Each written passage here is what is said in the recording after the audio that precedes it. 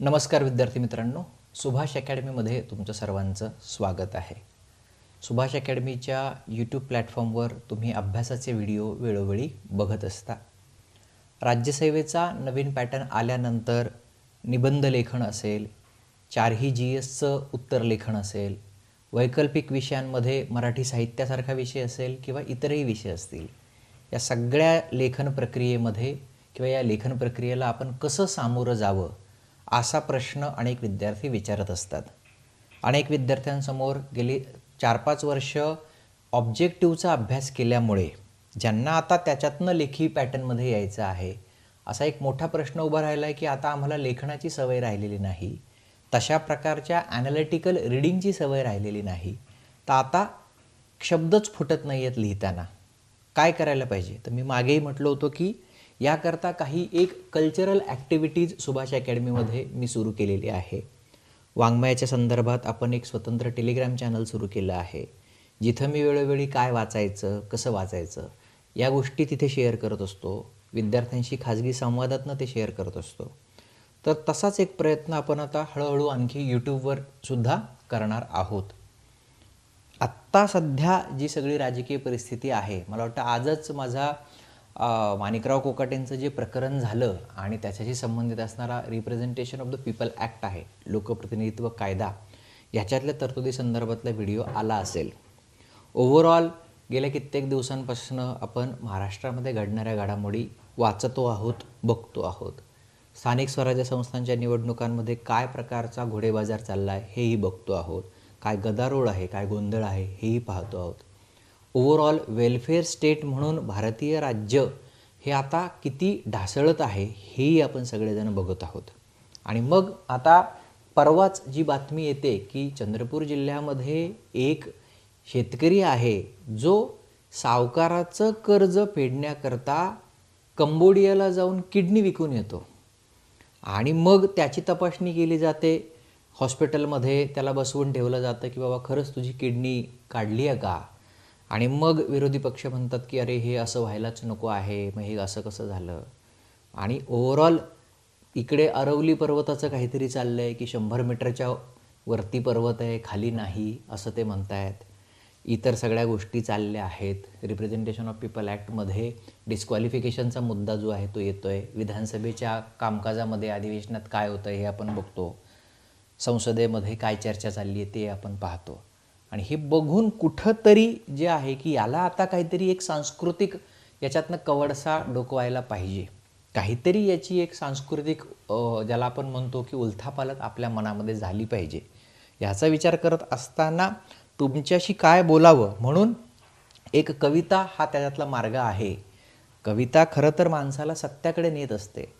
कवितेला अशा प्रकारच्या मटेरियलिस्टिक काळामध्ये कविता लोप पावत जाते, पण खरं तर कविता हा अभिजात वाङ्मय प्रकार आहे आणि तो तुम्हाला अंतिम सत्यापर्यंत नेण्याचा प्रयत्न करत असतो.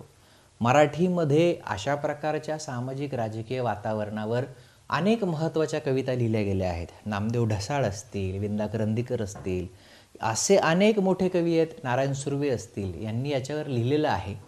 तर त्याच पठडीतले एक कवी म्हणजे मंगेश पाडगावकर. मंगेश पाडगावकर यांची प्रेम म्हणजे प्रेम म्हणजे प्रेम असतं आणि बोलगाणी किंवा इतर सगळ्या कविता आपल्याला ठाऊक असतात. पण त्याच मंगेश पाडगावकरांनी केवळ बोलगाणी लिहिले नाही, केवळ त्यांनी कवितेचे रसिक श्रोते तयार केले नाहीत किंवा भावगीतं लिहिली नाहीत. त्याच मंगेश पाडगावकरांचा सलाम नावाचा एक कविता संग्रहसुद्धा आहे.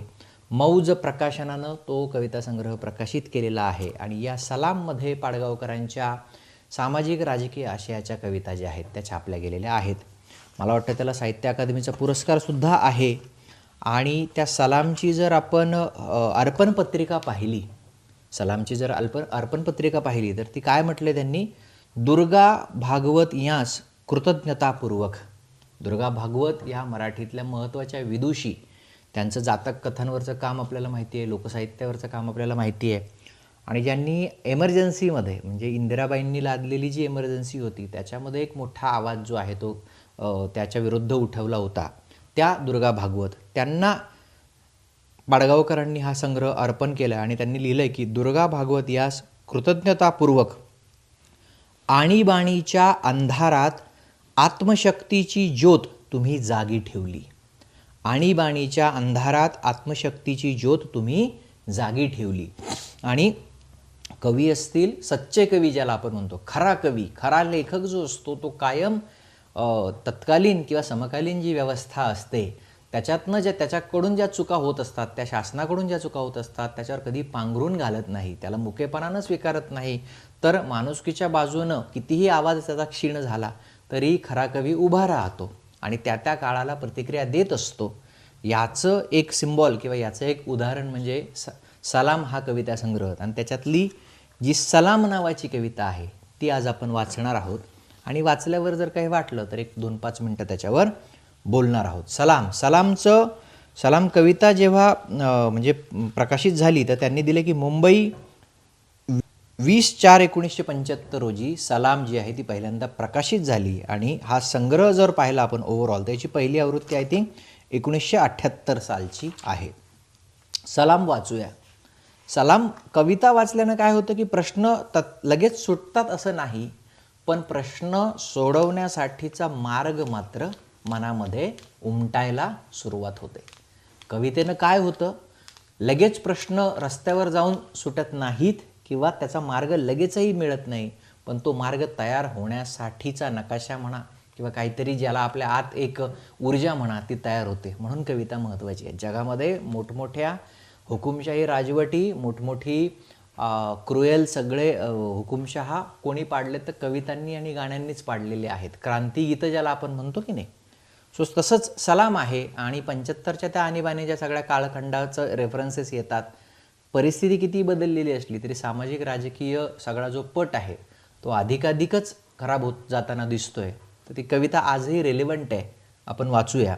याचाच रेफरन्स पुढे तुम्हाला निबंध असेल, तुमचं लेखन असेल, इंटरव्ह्यू असेल, इथेही देता येऊ शकतो. सलाम. सलाम सबको सलाम. ज्याच्या हातात दंडा त्याला सलाम. लाथेच्या भयाने डावा हात गांडीवर ठेवून उजव्या हाताने सलाम. बघणाऱ्याला सलाम, न बघणाऱ्याला सलाम. विकत घेणाऱ्याला सलाम, विकत घेण्याचा इशारा करणाऱ्याला सलाम. सलाम भाई सबको सलाम. वटारलेल्या प्रत्येक डोळ्याला सलाम. शेंदूर थापलेल्या दगडाला सलाम. लाखो खर्चून बांधलेल्या देवळांना सलाम. देवळातल्या देवांच्या धाकाला सलाम. देवांचे आणि धर्मांचे कंत्राट घेणाऱ्यांना सलाम. रिकाम्या हातातून उदी काढणाऱ्या बुवाला सलाम. हवेतून अंगठी काढणाऱ्या बडेबुवाला सलाम. शनीला सलाम, मंगळाला सलाम. भीतीच्या प्रत्येक ठेकेदाराला सलाम. आईवर आयुष्यभर गुरकणाऱ्या बापाला सलाम. बापावर गुरगुरणाऱ्या साहेबाला सलाम. साहेबाची टरकवणाऱ्या त्याच्या साहेबाला सलाम. सलाम प्यारे भाई और बहनों, सबको सलाम. ज्याच्या हातात वृत्तपत्र त्याला सलाम. भाषणांचे, सभांचे फोटो सकट रिपोर्ट छापतो त्याला सलाम. वृत्तपत्रांच्या मालकांना सलाम. त्यांची व्यसन धरणाऱ्या राज्यकर्त्यांना सलाम. ज्याच्या समोर मायक्रोफोन त्याला सलाम. त्यातून न थांबता बोलतो त्याला सलाम. लाखोंच्या गर्दीला सलाम. गर्दी झुलवणाऱ्या जादूगारांना सलाम. भाई और बहनों, सबको सलाम. नाक्यावरच्या दादाला सलाम. हातभट्टीवाल्याला सलाम. स्मगलरला सलाम. मटकेवाल्याला सलाम. त्यांनी पेरलेल्या हप्त्यांना सलाम. लोकशाहीला बी सलाम, ठोकशाहीला बी सलाम. सत्तेचा ट्रक चालवणाऱ्यांना सलाम. ट्रक खाली चिरडलेल्या गांडुळांना, कुत्र्यांना सलाम. ज्याच्या हातात चाकू त्याला सलाम. विमानातून बॉम्ब फेकणाऱ्यांना सलाम. शस्त्रास्त्रांच्या प्रचंड व्यापाऱ्यांना सलाम. काळा बाजारवाल्यांना सलाम. त्यांना फाशी देण्याची घोषणा करणाऱ्यांना सलाम. गटारातल्या पाण्याने इंजेक्शने भरणाऱ्यांना सलाम. तिरडीचे सामान विकणाऱ्यांना सलाम. तिरडी उचलणाऱ्या खांद्यांना सलाम, मौत सस्ती करणाऱ्या सर्वांना सलाम. सलाम प्यारे दोस्तो, सबको सलाम. बिळांना सलाम, बिळातल्या उंदरांना सलाम. घरातल्या झुरळांना सलाम, खाटेतल्या ढेकणांना सलाम. गजकर्णी भिंतींना सलाम, पिचलेल्या बायकोला सलाम. दीड खोलीतल्या पोरवड्याला सलाम, गाडीत चेंगरणाऱ्या गर्दीला सलाम. किडक्या धान्याला सलाम, भोके पडलेल्या पिवळ्या गंजी फ्रॉकाला सलाम. धंद्याच्या मालकाला सलाम, युनियनच्या लीडरला सलाम. संपाला सलाम, उपासमारीला सलाम. सर्व रंगांच्या सर्व झेंड्यांना सलाम. सर्व रंगांच्या सर्व झेंड्यांना सलाम. चाळी चाळीतून तुंबलेल्या संडासातल्या लेंड्यांना सलाम. मानगुट पकडणाऱ्या प्रत्येक हाताला सलाम. सलाम भाई और बहनों, सबको सलाम. या माझ्या परमपवित्र इत्यादी देशाला सलाम. या माझ्या परमपवित्र इत्यादी देशाला सलाम. या देशाच्या सुउदात्त सुमंगल सुपरंपरेला सलाम. सर्व बिलंदर घोषणांना सलाम. जातीभेदांच्या उकिरड्यांना सलाम. या उकिरड्यातून सत्तेचे पीक काढणाऱ्यांना सलाम. उपनिषदे आणि वेदांना सलाम. साखर कारखान्यांच्या दादांना सलाम. त्यांच्या शेकडो लॉऱ्यांना सलाम. निवडणुकांना सलाम. निवडणूक फंडाला सलाम. अदृश्य बुक्क्यांना सलाम. मतांच्या आंधळ्या शिक्क्यांना सलाम. ससा हाती असलेल्या पारध्यांना सलाम. त्यांच्या तैनातीतल्या गारद्यांना सलाम. दलितांवर अत्याचार करणाऱ्यांना सलाम. या बातम्या वाचणाऱ्या सर्व षंढांना सलाम. सलाम भाई और बहनों, सबको सलाम. सत्ता संपत्तीच्या भडव्यांचा देश म्हटले तर डोके फोडतील. सत्ता संपत्तीच्या भडव्यांचा देश म्हटले तर डोके फोडतील. हलकट लाचारांचा देश म्हटले तर रस्त्यावर जोडतील. खरीदले जाणाऱ्यांचा देश म्हटले तर वाटा रोखतील. देवाधर्माविषयी नेत्यांविषयी वाईट बोललो तर नाक्यावर गाठून टोकतील. शोषण करणाऱ्यांचा देश म्हटले तर नोकरीवरून काढतील. म्हणून आधी माझ्या नपुंसकत्वाला सलाम. म्हणून आधी माझ्या नपुंसकत्वाला सलाम. नंतर ठोकू शकणाऱ्या प्रत्येक हाताला सलाम.